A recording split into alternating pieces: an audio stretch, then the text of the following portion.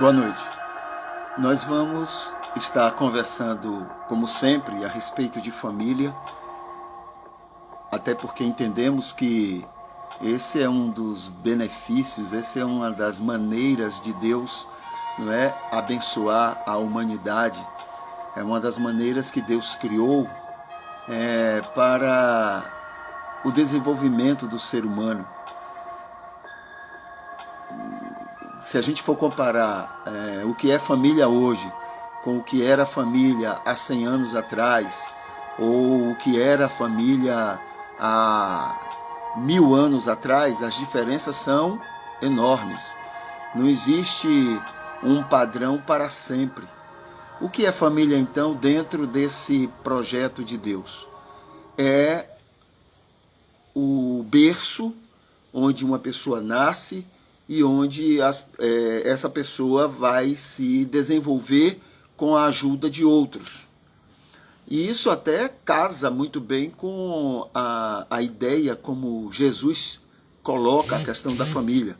Quando avisam a ele, olha, aí fora está a sua família, estão procurando você.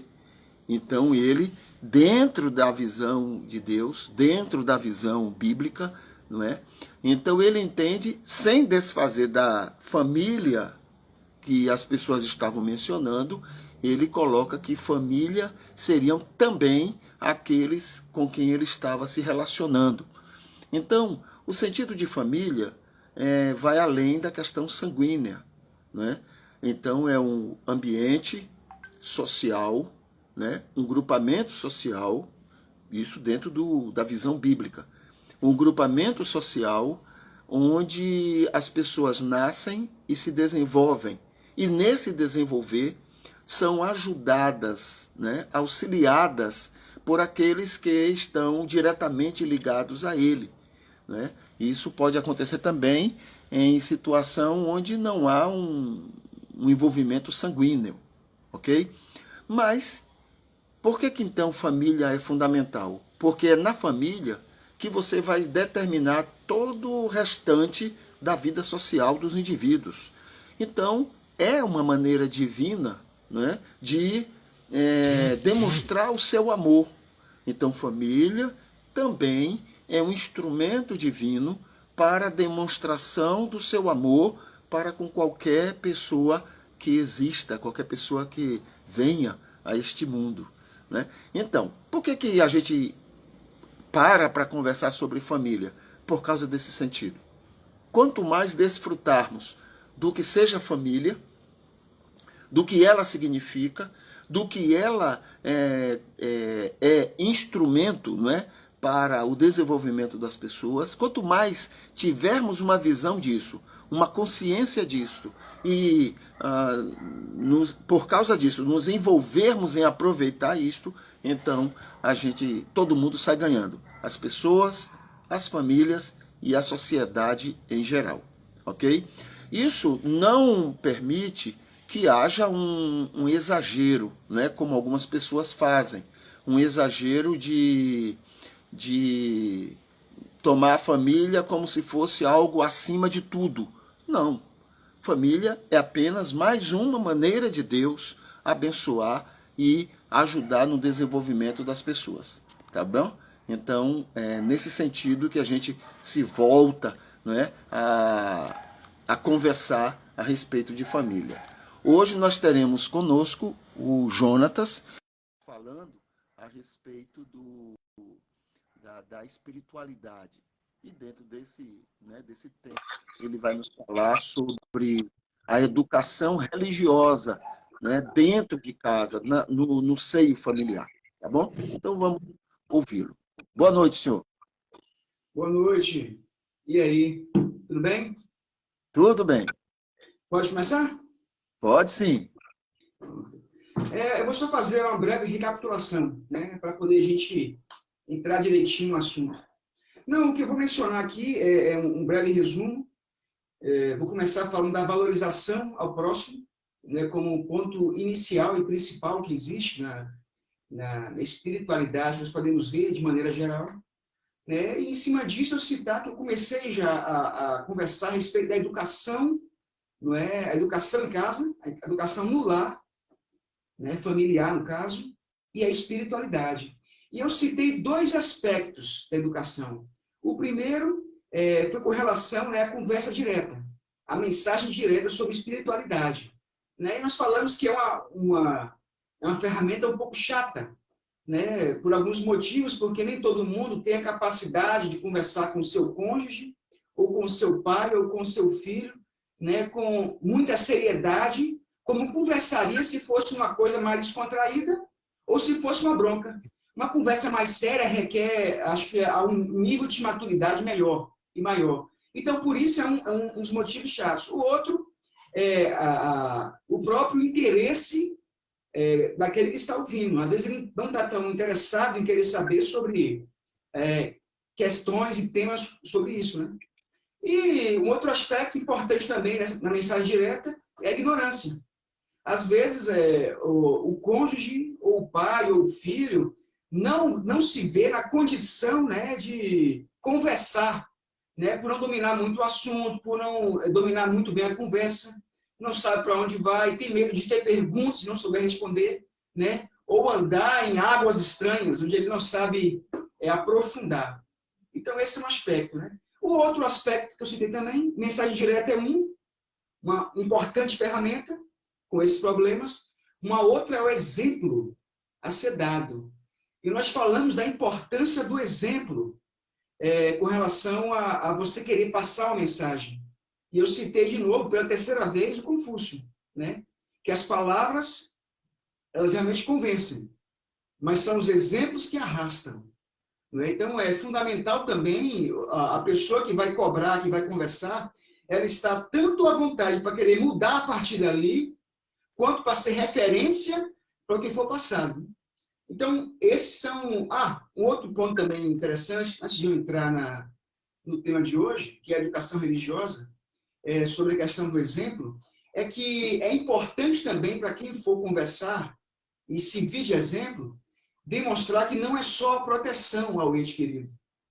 Né? A imagem que tem que ser passada para ser seguido de exemplo é você não ser só um bom pai, ou não ser só um bom marido, mas ser um bom cidadão, mas ser um bom vizinho, mas valorizar o próximo de maneira geral, não o seu de casa. Porque se você passa só a mensagem de proteção para os seus, aí você gera outros grandes problemas para você lidar, né? E acaba, de certa forma, até citei isso também, acaba sendo muita imaturidades futuras que a pessoa irá passar. Né? Então, esses são alguns problemas. Hoje eu vou estar falando um pouco sobre educação religiosa, né? A gente está já namorando há algum tempo já com esse tema para sair a respeito disso, né? E está aqui. Vamos conversar um pouco sobre isso hoje. Né? Então, a educação religiosa é uma terceira boa maneira de conscientização da espiritualidade. Uma terceira grande maneira. Então, vamos lá. Só que parece que esse ponto de ser uma importante ferramenta de espiritualidade hoje está muito questionável. Eu nem me refiro só ao fato de que, historicamente falando, a religião foi responsável por muitos grandes problemas na humanidade. Eu nem me refiro a isso.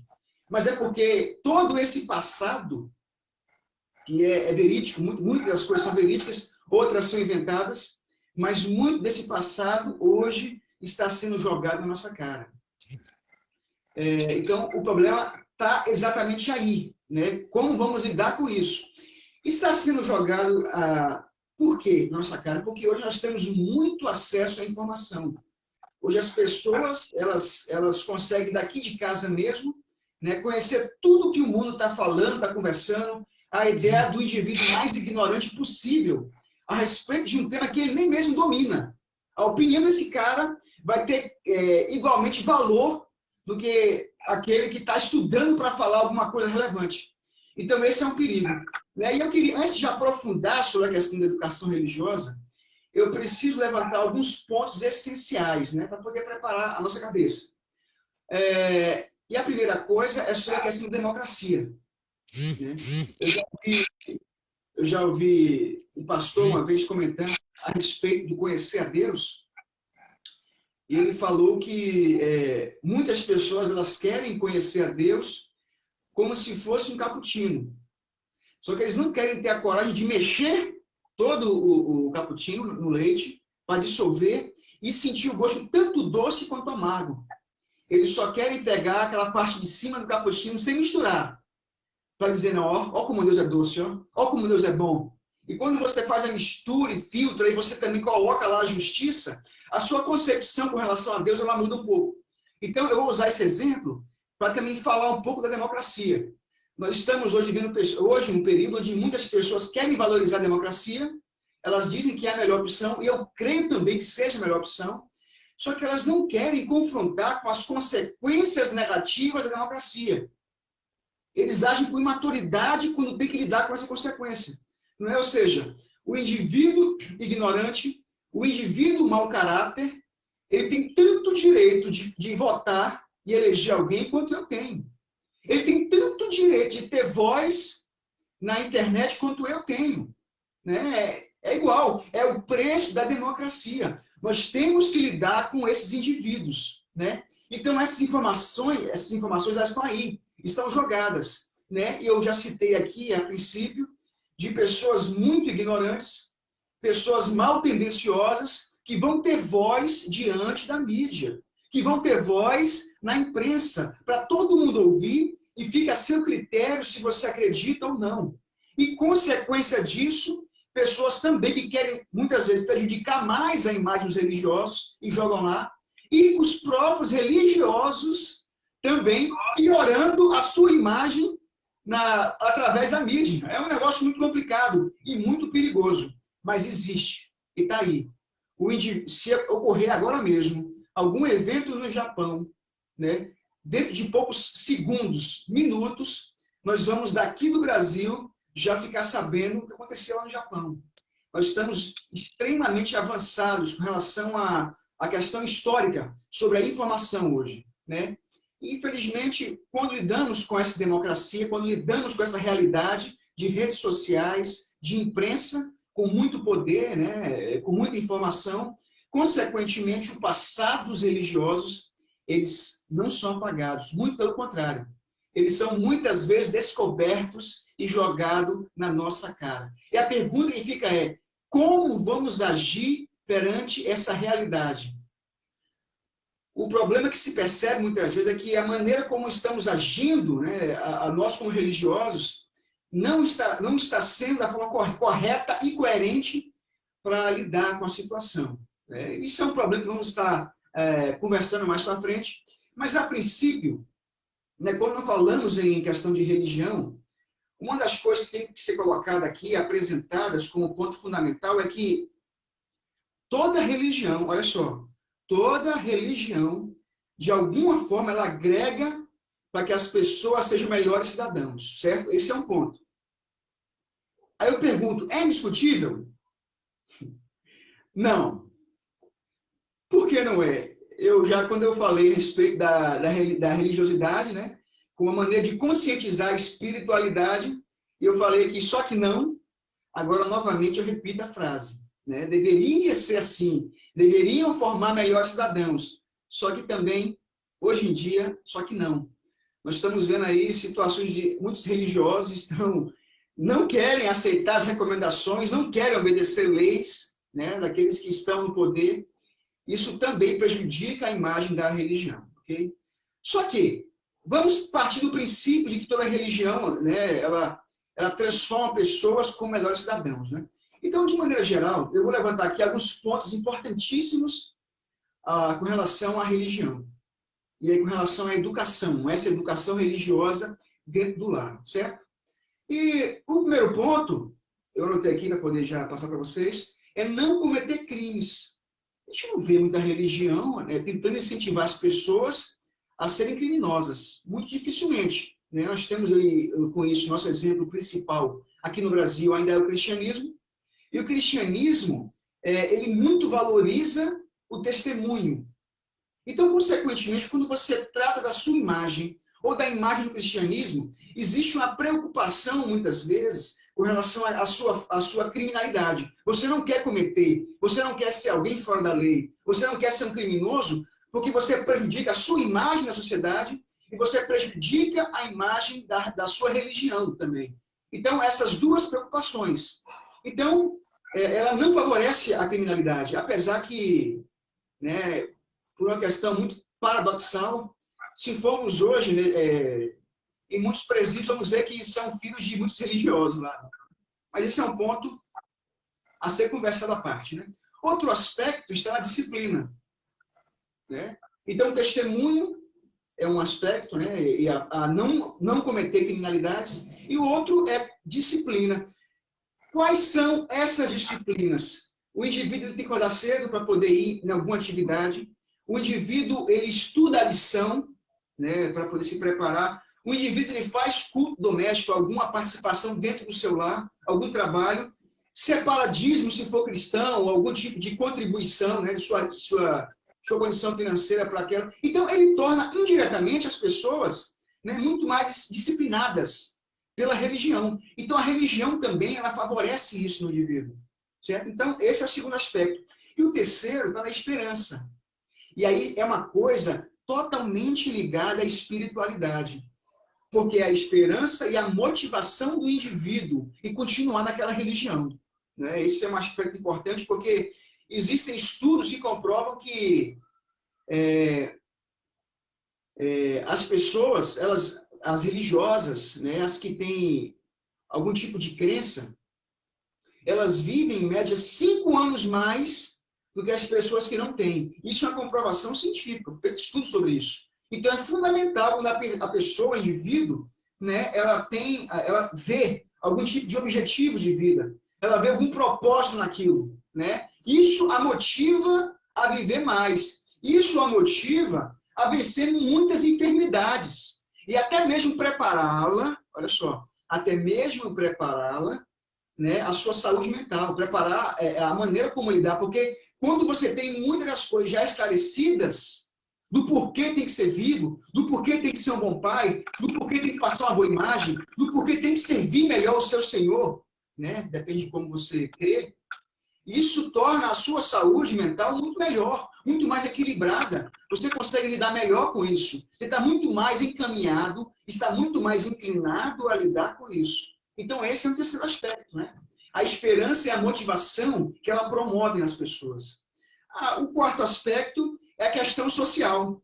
Por que social? Porque pela religião você consegue fazer bons amigos, amigos confiáveis muitas vezes, né? E pessoas que costumam fazer o bem, inclusive você. Porque quando você está passando algum tipo de enfermidade, algum tipo de problema, existe uma grande possibilidade dessas pessoas que fazem parte dessa comunidade, da sua religião, elas ajudarem você. Né? Elas inclinarem para a sua necessidade. Claro que tem vezes também que não, mas de maneira geral, tende a ser dessa forma. Então, isso também é positivo. E o quinto aspecto que eu levantei aqui, né, aí tem tudo a ver com o que estamos conversando, que é a valorização da família. Obediências, né, escolher bem os cônjuges, né, existe um incentivo, muitas das vezes, para que pessoas que professem a mesma fé que você se casem, né, porque é um trabalho. Inclusive, tem muitas igrejas, né, muitos lugares também, que existe um trabalho com o casal antes do casamento. Antes do matrimônio. São semanas conversando com eles, né, tentando esclarecer muitas dúvidas, tentando direcionar muitas coisas que, com toda certeza, contribuem para o pós-casamento. Então, existem esses importantes aspectos que nós conseguimos ver na religião. São coisas fundamentais, importantíssimas. Né? Existem muitos outros aspectos também. Eu levantei esses 5 principais. Porque eu vou agora levantar os outros contrapontos também, né? Eu vou levantar 5 outras críticas com relação à religião, né? Ou 5 problemas que nós conseguimos enxergar pela religião. Né? O primeiro deles, que eu queria mencionar aqui, está com relação aos educadores. Estamos falando o quê? Né? A educação religiosa dentro de casa. Né? E muitas vezes os educadores, os pais, e agora fora o pastor, o professor da EBD, ou seja lá quem for, quando eles não são modelos, né, existe um grande problema com o aluno, com o filho, na maneira como lidar. Isso também está muito atrelado àquele ponto que conversamos na live passada, com relação ao exemplo. Né? o pai chega lá e orienta, filho, vai para a EBD. Já está na hora de você ir para a EBD. Só que ele não fala isso arrumado, já pronto para acompanhar o filho. Ele fala, ele cobra isso sentado no sofá. Porque ele quer ver a Fórmula 1. Ele quer ver aquele jogo que hoje passa 11 da manhã para assistir em casa. Ele quer descansar do trabalho. Então ele joga para o filho a responsabilidade, né, dele cumprir as tarefas, dele ser melhor religioso, mas o próprio pai em casa não é. E eu vejo também um exemplo muito claro, que eu já vi um pastor pregando, acho que foi o pastor Luiz Carlos, da Monte Castelo. Ele deu um exemplo já numa pregação com relação a um professor de EBD, né, algum tempo atrás, que chegou para ele e queria entregar a função. Falou assim, olha, eu não sirvo para a função. Eu falei, mas por quê?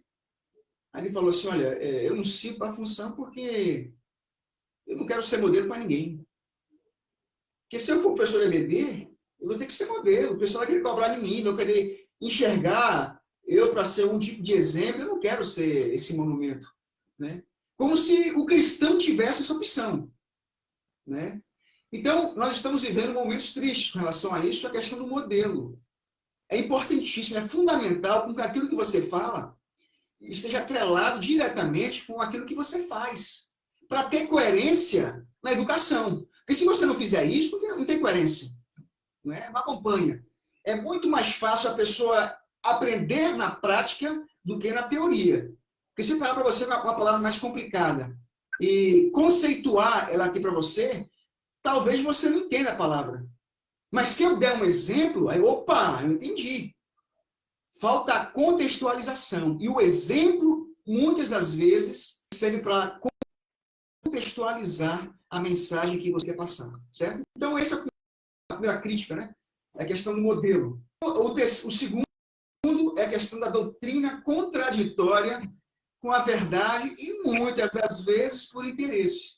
Não é? A ignorância, muitas das vezes, quando você faz parte de uma comunidade e você não conhece nem o básico daquilo que você está há muitos anos acompanhando, acaba prejudicando você. Porque você vira um alvo fácil para quem quer armar você. Você vira um alvo fácil para alguns pastores, vira um alvo fácil para alguns irmãos, você vira alvo fácil para algum tipo de armação que possa ocasionar só porque você não compreende com exatidão, ou você nunca procurou saber, ou porque talvez nunca tenha havido algum tipo de conversão, mas o fato é que a falta de doutrina, muitas das vezes, a incoerência que existe na doutrina que é lá anunciada, prejudica muitas pessoas socialmente, prejudica a comunidade que ela faz parte, prejudica o representante, o pastor, o padre, né, ou líder de algum tipo de seita ou religião que faz parte, só porque a sua interpretação ela foi equivocada da mensagem que quis passar. Isso muito prejudica. Então, a doutrina não trabalha. O terceiro aspecto é o rótulo cristão. Existem muitas pessoas que elas querem utilizar do rótulo cristão para tirar vantagem. Né? Se você for hoje em muitas dessas lojas, né, no mercado aí, eles vão mostrar para você um monte de cheque sem fundo aqui, ó. Metade são de pastores, metade são de irmãos, metade de arcebispos, metade são de pessoas que estão diretamente ligadas a algum tipo de religião que querem passar uma imagem positiva de um bom cidadão. Eles usam da imagem de cristão para querer vender uma ideia para tirar vantagem. Então, o uso do rótulo de cristão para tirar vantagem é um quarto problema que existe e é muito comum, e creio eu que é comum historicamente falando. Não é comum hoje. A história mostrou que muitos fizeram isso. Né? E o quinto aspecto e último também dos problemas que eu enxerguei aqui, eu já mencionei ele antes também já, acho que na segunda ou na primeira live, que é quando a religião, de maneira geral, é uma forma de pessoas mostrarem superioridade. A religião não é uma eleição, não é um esporte que tem competição, não é um vestibular, onde aqueles entram e aqueles são eliminados. Não podemos enxergar dessa forma. Né? E muitas pessoas usam da religião e a maneira que elas separam as pessoas é de que forma? Aquelas que cumprem determinados ritos e aquelas que não cumprem. aquelas que cumprem determinadas recomendações e aquelas que não cumprem. Então, eu sou superior a fulano que não conseguiu cumprir. E lá sabe Deus o motivo que ela não cumpriu.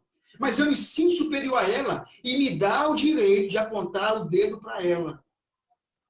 E nós podemos ver hoje que muitos dos desigrejados que estão levantando, eles levantaram em cima disso, desse quinto aspecto, né? Da condição da pessoa não saber lidar com a situação e colocar que é o indivíduo que cometeu determinado pecado, ele está abaixo daqueles que não cometeram, né? Como se Deus olhasse para esse tipo de modelo. Então, são 5 aspectos que podemos levantar negativos e 5 positivos. Quer dizer que isso simplifica de maneira exata a religião? Não. Existem muitos outros aspectos. Claro que aqui é a maneira que eu enxerguei dos pontos principais que eu posso levantar do cristianismo contemporâneo, né? Mas já fechando, o que eu quero aqui mencionar a respeito diz o seguinte: a religião, ela tem de ser uma ferramenta para a espiritualidade. A religião não pode ter o fim nela mesma. Ela tem que ser uma ferramenta para a espiritualidade. Um exemplo disso, só para vocês entenderem, é a ceia. Não é? A ceia, muitas pessoas usam da ceia achando que só o fato de tomar o vinho ou comer o pão, não importa se você maltratou alguém ou não importa, você vai ser abençoado. Está tratando a religião, no caso o rito, como um fim nele mesmo. Quando, na verdade, existe um porquê da ceia. Tem uma finalidade por detrás. Tem uma compreensão que o indivíduo tem que ter pela ceia. Então, quando você não compreende o porquê do rito, quando você não compreende o porquê está indo para a igreja, quando você não compreende as funções, as obrigações que estão sobre você, por fazer parte daquela comunidade, por cumprir aquela recomendação, quando você não compreende o todo, quando você não consegue enxergar entre linhas do significado daquilo, então você não está entendendo para que funciona a religiosidade. Ela tem que ser uma ferramenta para favorecer e valorizar a espiritualidade. É uma espécie de complemento. Quando ela não é usada para complemento, então nós vemos esses 5 problemas que levantamos aqui, né? Que nós estamos enfrentando aos montes, né? Nos meios em que fazemos parte, e acompanhamos pela mídia, acompanhamos no nosso bairro, na nossa cidade, né? Às vezes na nossa própria igreja. Então, essa é uma questão a se pensar, né? A respeito da educação religiosa. Ok. Muito bem. Uma pergunta que tem aqui pergunta o seguinte: quando você diz que, olhando a história, as pessoas hoje nos cobram, né, como cristãos, nos cobram todos os defeitos e as falhas que cometemos na história. Eles nos cobram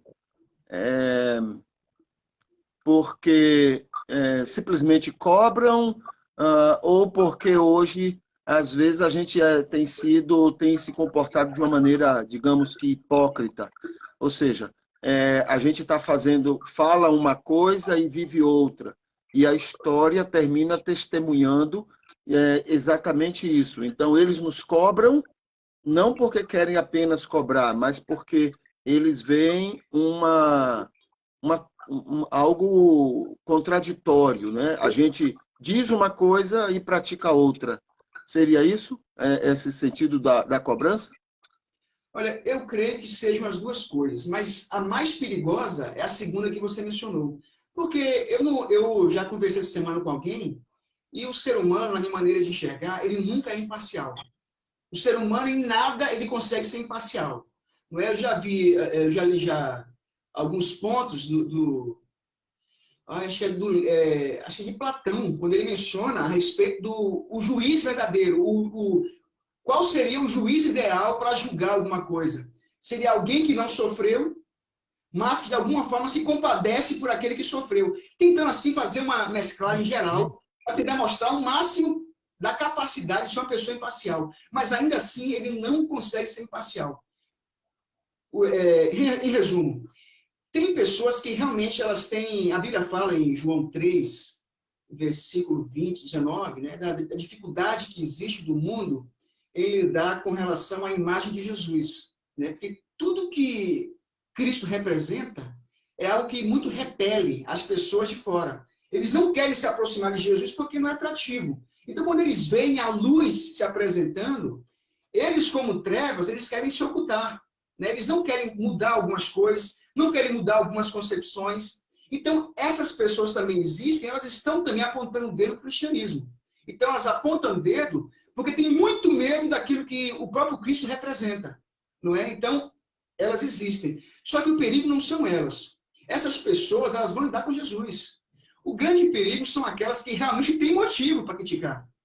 Aquelas que sofreram, e nem falo aquelas que sofreram por alguma experiência, né? Por aquilo que viram. Mas, às vezes, por as que já acompanharam um parente que sofreu com isso, já acompanharam nas redes sociais algum tipo de incoerência sendo dita no púlpito, algum tipo de incoerência sendo dita pela mídia, divulgando na televisão, algum tipo de palavra de ódio, algum tipo de fake news, algum tipo de coisa que venha escandalizar de maneira geral. E quando você vê isso, quando você vê a Bíblia apresentando um Paulo, que desde o princípio, porque existe uma diferença. Nós vemos ali Paulo, mas Paulo foi duro com Coríntios, não sei o quê. Ali uma coisa trabalhando com pessoas dentro da igreja, numa realidade à parte, do que ver Paulo, a maneira como Paulo se apresentava aos demais gregos. Nós vimos um Paulo estratégico, nós vimos um Paulo que era amoroso, um Paulo que chamava pelo amor. Não vimos aquele Paulo que está cobrando já para o crente como tem que agir. Nós vimos um Paulo que usa de metodologia, usa de maneira, digamos assim, de estratégias para chamar aquele que não conhece a verdade. E quando nós vemos pessoas que precisam atrair os fracos, atrair quem não conhece a verdade, agindo de maneira incoerente com a verdade, né, praticamente desinformando aquilo que o próprio Jesus já informou, né, aí não tem condições. A pessoa, ela vê isso, não vê coerência e joga com razão. Não temos que ficar... Essa semana eu vi um líder religioso muito famoso, aqui que eu acompanho, inclusive, né, que perguntaram para ele. Né, pronto, foi o pastor Iago Martins, eu acompanho ele, e naquele texto aí de perguntas e respostas, perguntaram para ele, pastor, alguém comentando, como tem que agir com as pessoas que, de alguma forma, né, estão decepcionadas com o cristianismo?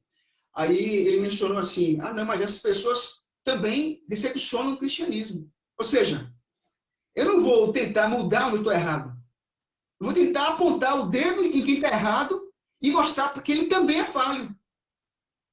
E, em resumo, eu não quero exatamente mexer na caixa podre. Eu não quero exatamente tentar melhorar a minha imagem como cristão. Eu não quero ter esse trabalho.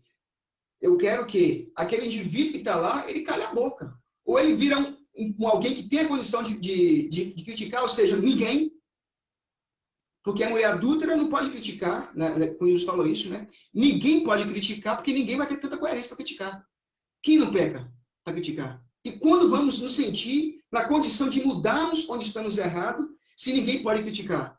Não, acho que a maior humildade que existe é você ver a crítica e falar, não, eu preciso mudar aqui, em cima do que ele falou. Eu acho que falta isso. Né? Falta a condição. E quem mais consegue enxergar? Olha, eu nunca esqueço quando eu vejo alguns jogos de xadrez, de ludo. Né? Ludo não, dama.